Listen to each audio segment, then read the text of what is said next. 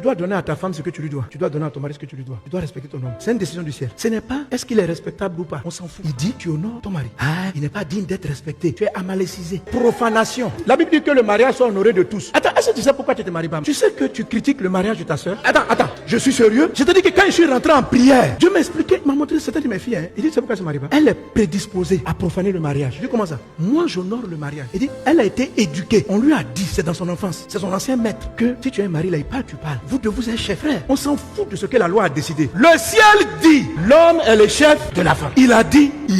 Faut respecter. Donc, vous ne même pas que tu profanes. Parce que de voir que la manière dont tu parles aux gens, il dit, tiens, toi là, tu es trop logique, hein. Là, si tu as eu un mari, tu vas l'insulter ici. Une fois, comment tu peux insulter ton mari? Donc, quand Dieu voit ça, là, il dit, c'est mieux que tu te maries pas. Tu vas prendre trop de péchés. Tu ne vas pas commettre adultère, hein, mais tu ne vas pas respecter ton foyer. Juste ça. Tu ne comprends pas que Dieu a dit, en Hébreux chapitre 13, que le mariage soit honoré de tous. Ça veut dire que Dieu honore le mariage. C'est tout. Quand Dieu a élevé quelqu'un, tu ne peux pas la banaliser comme si c'était ton camarade. Tu ne peux pas parler d'un chef d'État. Quand tu dis son prénom, il faut dire même le président. Pourtant, tu parles, quand tu veux dire on le connaît. Ça veut dire quoi? C'est que Dieu a élevé. Tu es en train de le descendre pour le mettre à ton niveau. Profanation, manque de respect. Ça suffit pour dire, je t'avais mis en prémisse supérieure en dignité. Allez, tu restes en bas ici. Allez, Jean, allez, honore toute autorité. Respecte-les. Non, ça dépend de comment il se comporte. Ça dépend pas de comment il se comporte. Ça dépend de ce que Dieu a dit. Il n'a pas à débattre avec toi. Tu respectes.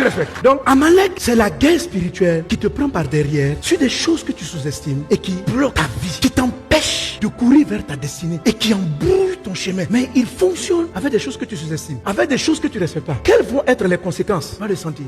Le nom Amalek veut dire tu demeures en bas. Ça veut dire que quand tu sous-estimes Amalek, tu n'arrives plus à monter. Comment tu sais qu'Amalek a opéré? Tu prends un chemin, premier signe, un ralentissement de tes affaires, ralentissement de tes entrées. Amalek est en train de travailler, il t'attaque par derrière, quelque chose en train de te tirer en arrière. Tu continues, blocage. Tu continues, des gens, tu vas commencer à les perdre. Tes enfants vont commencer à tomber malades. 1 Samuel chapitre 30, quand il attaque David, il prend sa femme, il prend les femmes et les enfants. Il prend les plus faibles. Tes enfants tombent malades par-ci, ça tombe malade par-là. Les choses qui ont de la valeur pour toi commencent à prendre de la lèvre. Parce qu'il y avait 1 million de personnes qui étaient en train d'aller vers la terre promise. Donc Moïse était devant avec les soldats. Et il laissait ceux qui traînaient. Donc ils sont là. Notre destinée, on va réussir les affaires. Amalek est passé dans leur dos. Et puis maintenant, ils prenaient ceux qui traînaient. Non, les mamans et les bébés. Attendez, nous, avancez. Quand Dieu m'a parlé de ça, il dit, mon fils, si tu vas vers une destinée, va avec ta femme. Prie avec elle. Vous qui courez, laisse-moi faire mon ministère. Et puis ta femme court derrière toi là. Amalek va la prendre elle. Il va faire quoi?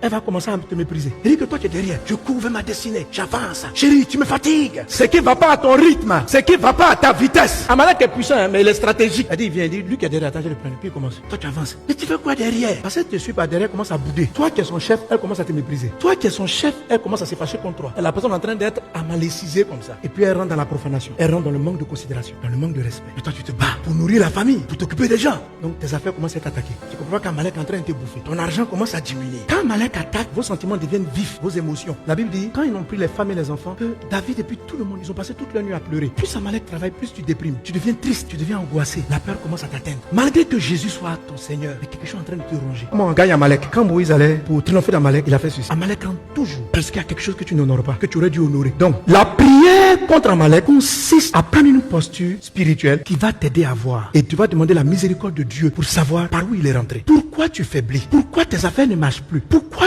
tes enfants tombent malades? Tu dois poser, parce qu'il faut faire une investigation. Quand Josué partait à Canaan, Dieu a dit dans Jéricho là, vous ne prenez rien. L'or est clair. Un monsieur qu'on appelle Akan est parti, il a pris de l'or interdit et il l'a amené dans sa maison. Personne n'a su. La prochaine guerre, tout le peuple a perdu la guerre. Il y a eu des centaines de morts. Mais le coupable, celui qui était le premier à maléciser, il était vivant. Et Dieu dit ceci à Josué. Tant que l'interdit sera au milieu de vous, vos ennemis vont vous vaincre. Tes ennemis sont nombreux, frère. Tant que l'interdit est là, tu ne peux pas gagner. Tu vas pas t'en sortir. Donc prie pour savoir où il est. L'esprit de la prophétie est venu sur Josué. Parole de connaissance. Il rentre dans telle maison. Jusqu'à a trouvé la maison. Il dit c'est chez toi. Tu as fait quoi? Tu dois détecter Amalek.